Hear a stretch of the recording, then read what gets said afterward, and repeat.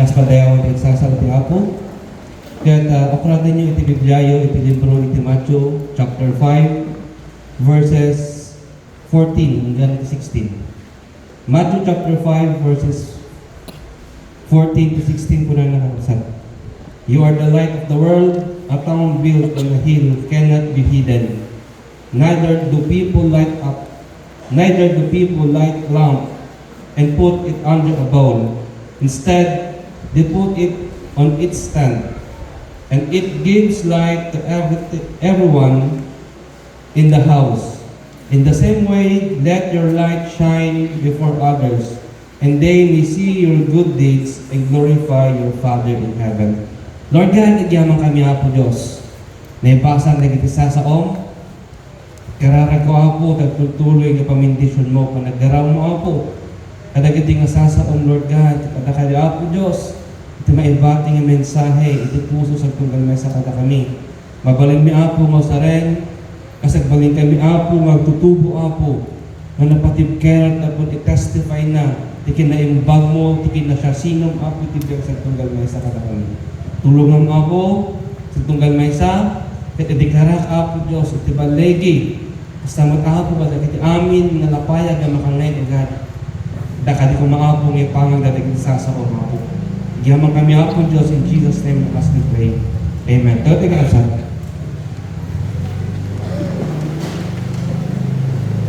So dito nagundaway, amutay kakapsat, nagtingay lubong, nagatadudan, nagiti agrarahira. Nga antayo, nga makontrol. So adudan, dagiti banag na hantay nga makontrol. For example, fake news. Dagiti madamdamag kayo, iti social media. Nakatadudan kakapsat, dagiti banag nga panagkita kayo kat pudno, nga mahaan gayang. Ano pa dagiti ngay na duman-duma nga trending tata. Iti TikTok, Facebook, Instagram, kita dumapay, and even itaglawlaw. Aduda naging trending ang kapsat na nagkikitaan tayo, haan nga nasayaan. Ngayon kas may isang agtutubo ti Apo, daytoy iti saludsod sa tunggal may sa karatayo. Are you amplifying the gospel with your life or are you keeping it in mute? Kas may isang youth alive, dito question kanya, are you keeping the gospel with your life or are you keeping it in mute? Iti sa uti Apo, uno kag intakal na tayo. Sa makisarita kakapsat, iti tema tayo ko na amplify to testify. Napabilag, napapigsa, tapdon ag testigo. Sunod to'y kakapsat, nag iti napabilag, nga tutubo, ti Apo, ipukaw naman, ti Amen. So kung napabilag tayo kakapsat, nakitaan tayo, speakers, ransango, amplifiers. Nagserbi na kakapsat, tapong mapapigsa, dahil boses, dahil sound. Tapon amin kakapsat, ore, kas ano kaadayo, magnig mo, dahil sound. Dahil kahit nang sa uwan to amplify, mapapigsa. Kita dahil ito nagundaway, dahil teksto tayo, kunana, you are a light of the world.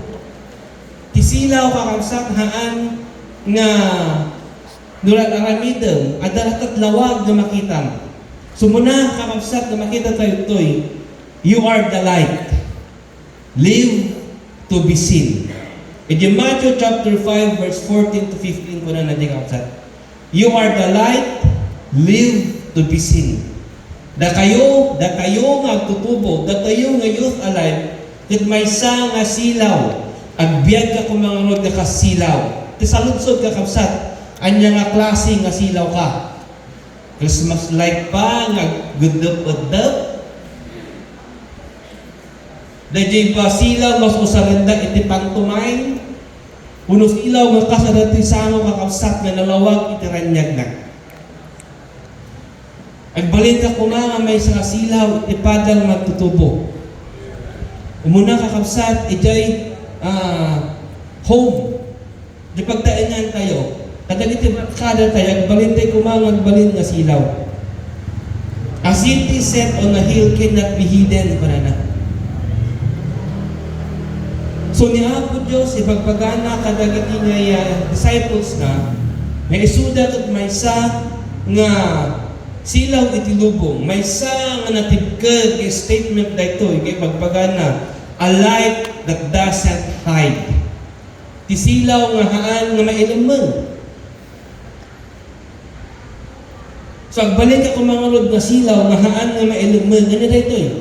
It shines, it guides, and it reveals. Hanggang kumanga may isa nga lampara, nga naikakabit ito may isa laing glass, nga limited laing, ito nga masilawan na. Dudikat at balik ka kumanga di free, nga lawag, nga raniyagan na amin, i-guide na amin, i-reveal na no kasanot kinaimbag ni Apo Diyos. Amuyo kakabsat iti may isang lighthouse. Amuyo ba sabihin iti may isang lighthouse kakabsat? Kadagiti nga nakakikita lighthouse iti narapida na makita yung dinalabaga nga silaw iti nga itong silaw-silaw. Ano ba sabihin iti lighthouse? To give direction kadagiti ngay ako cross nga barko tapon amuda iti ngay papananda tapon handa nga mayawawan. Dito nga gundaway kakabsat datayokot may sa nga lighthouse. It shines. It cannot be hidden. May sa kumangag balin nga silaw iti padang magtutubo. Kada nga sa oin si kakumat mang influence. Iti padang magtutubo nga haan nga sikat yung ma-influensyaan. Dito kakabsat, iti sad reality. Dito yung agdamak. Vera de los Benos kakabsat. Dagiti youth alive na duma, iti church nag-active da. Nag-active da iti music, nag-active da iti arts, and any activities in the church. Nung na rin umwardan, handa kahit na maawagan ng Kristiyano. Kumbaga tatlo nga agbalindang pasok, iti kakadwada, aramidin damat na di aramidin. Dagiti kakadwada. Nga uray pa, dahil nga ba nakitaan ko mga dapat. Nung dahil ko mga gundaway kakabsat, agbalin ko mga reminders kada tayo nga may saka nga silaw. Ipasagabsab ko mga iti pusom, iti panunot mo nga may saka nga silaw. Kat agbiad ka nga may saka silaw. Silaw nga mang testify, iti kinaimbag, kinatibkad, iti pamati kakabsat. Our integrity, our character, and conduct should amplify the presence of Christ in us. Integrity, conduct, and character. Nagdadagsin na kapsat na balikas. Ngayon dahil dapat ko makita na sa bali ng tao, sa bali ng tutubo kanya tayo. If our life, our deem, our testify, or our testimony is unclear, nutibiyat mo ka nalidam, yung testimony kadhaan nga mabasa nga nalaing. But if your life is clear, or if your life shines brightly, your testimony is clear. Nalawag ka kabsat, takon ko nangarod ni Kristo, may sa kayo nga silaw iti lubong. May kadwa, you have a story. Speak to be heard. Youth alive, you have a story to tell the world on how God is faithful, on how God is so good kada tayo. You have a story to tell the world no kas ano ba na didayawan tayo nga Diyos.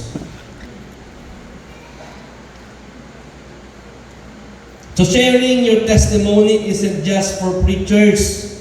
Di pa nang i-share ka kapsat ka naging testimony tayo. kathaanlaan nga para kadag iti preachers, but para kadag iti amin nga namati iti apo. Kahit na nga saon, you have the tool. At daken ka na di maysa nga banag nga mabalin mo nga ibingay, tapnon may pakita kinaimbag ni Apo Diyos. You have the story. I believe kakabsat nga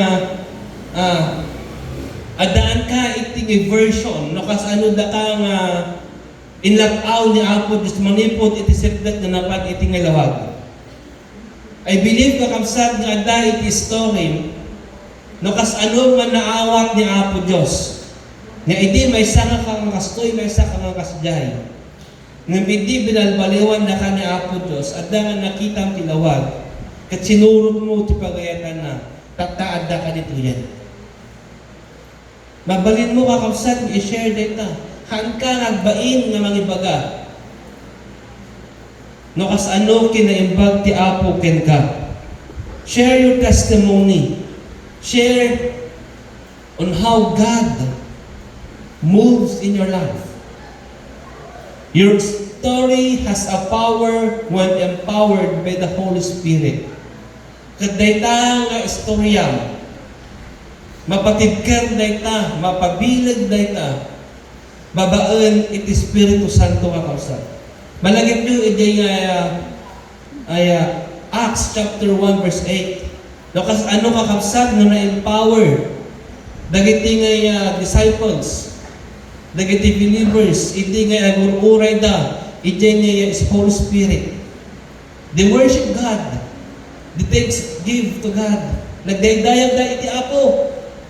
And here comes the Apo nga nagsinandila. Didayjay kakabsat ti Rugina, lokas ano nga nag-spread. Iti nga panakabalin ti Apo pakabsat. Handa nga nagbutang. Nututukusin ka kabsat, adot ti persecution kanya na physical persecution. Adot maiprito, adot maipakantilyon, adot matay, adot maidadanas, still ka kabsat. Adda nga dayjay istoryada, ibagada, tapnong ngay mapanagnakan no kas anot kinaimbag ti Apo kakabsat. Do not underestimate what God can do through your words.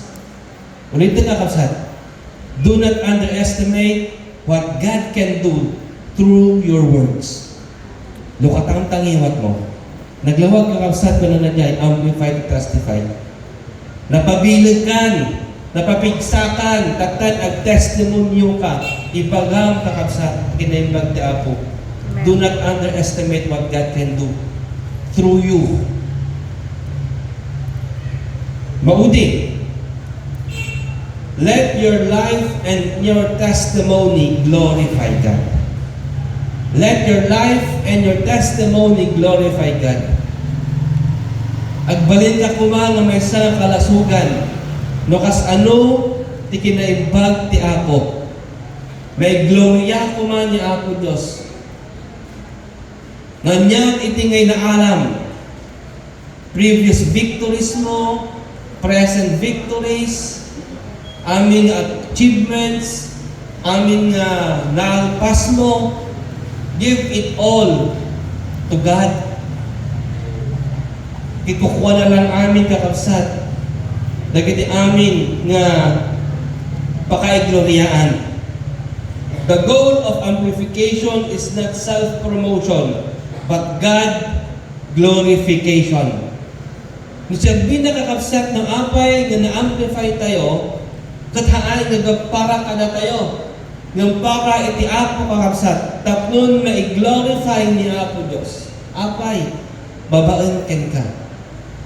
Kasi haan nga kayat ni Apo Diyos, nga dagiti nga at tutubo na, kad maud-uti da. Hanga kayat ni Apo Diyos, nga dagiti ang tutubo na. Kad adada ijay kulenat, ng kayak na nga dadi nga to, kahit na sa tuon, gapo, kiti Apo nga nang titipigsakin ka. Makayang dagiti imposible nga banag. So when people see and hear your testimony, it should point out or should point to Jesus. Numangad dagiti ang tattao ti testimony, makita dagiti tattao nagbaliwang, nag-glow upam. Glory to God kuma. Ha nagapu iti usap mo. Yung glory to God. No kas ano ka nga nag-evolve. Glory to God kakabsat. Makita ko man dagiti tattao dayta ket maguyugoy da ngagdayaw iti Apo kakabsat. Your amplified life should cause others to say, there must be God. Amen. Dito biyag mo kumama sa kapanatnat o pamanatnat nga adda ti Diyos kakabsat. So kasla ito yung microphone. Sir Delios, pala sa mga i-off tayo.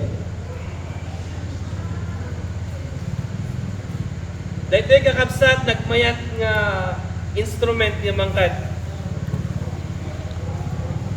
Ngam awan sir sabi na daytoy nga instrument, no awan da di amplifier, nga mangpabigsa iti daytoy nga mic. No awan da di receiver, tapno nga i-catch up na di signal, tapon mapabigsa, da di focus ko. Pag-i-open. Ngayon, no in-open the giant amplifier kakabsat, the microphone as agsasao up, ipatpatuna di signal ijay ayan iti receiver. Nga mapan ijay iti amplifier at rumar kadagiti speaker. Anya pa kahit nga pakita iti kakabsat. Datayo kung may sa nga mic. Without the amplifier, nga isot ng pagpapinsa kada tayo, useless dahiting nga mic, oray kas ano kangina daytoy. Ngayong gapo taadda di amplifier kakabsat, nga magbuboost iti sound, tapos ngay mangeg gana iti likod. Agbalinan kakabsat nga useful dahiting nga mic. Ano pati kayo ipakita to'y? Without God, awang iti kayam. Oray pa'y, no iti ngay IQ kat nangadngatok sa Albert Einstein. Iti creativity kat nalalaing pa'y kisa kadagiti national artist, you are useless without God. Agbalin ka lang, itas may isang kasimbal nga gawang-awal. Ngayon gapo taadda ni Apo Diyos kada tayo. Agang amplify, testify tayo. And then, agbalin tayo kakabsat nga silaw. Ibagbaga tayo, dagit istorya tayo, at nagsabali ng tattao. Medaydayaw ti Apo kakabsat. Itibiyag tayo. Narod, agbiag tayo narod, kas may sa nga agtutubo iti Apo. Tiyampunan, nga haan tayo kakabsat nga agbain. Maawatak tirik na yun. Tauray pa in the first time ko kakabsat na sumurag iti Bible School. Hindi agawin dak awagan dak ti pastor. Kumiltak. Ako kahit na maawagan. Yung one thing kakabsat nga naadal ko. No adda ka iti Apo. No retreat, no surrender. Adda ka tan. Mabain ka pa lang ba? Awan mo lang magungunam nito mabain ka. Ipakitang kigdi. No kas ano kinaimbag ti Apo ken ka. Ket makita dagiti tattao dagiti Dios nga daydayaw ket sinibiyag. So ito yung gundaway at tutubo. Shine brightly. Amplify to testify God ijibiyag mo. Umuna, iti pagtaingan, maikadwa, iti ay ti barakatang, may katlo kadagiti nga iti iskulyo, may kapat iti trabaho, agbiag ka kung makasmay sa nga youth alive. Youth alive. Si bibiyag nga agtutubo. Amen. Si bibiyag nga agtutubo, aglawlawag. Haan nga kurkuridendem, haan ka nga napupunday. You are a light of the world. Agsila ka pa ba? Dawating man kakabsat at magkataya.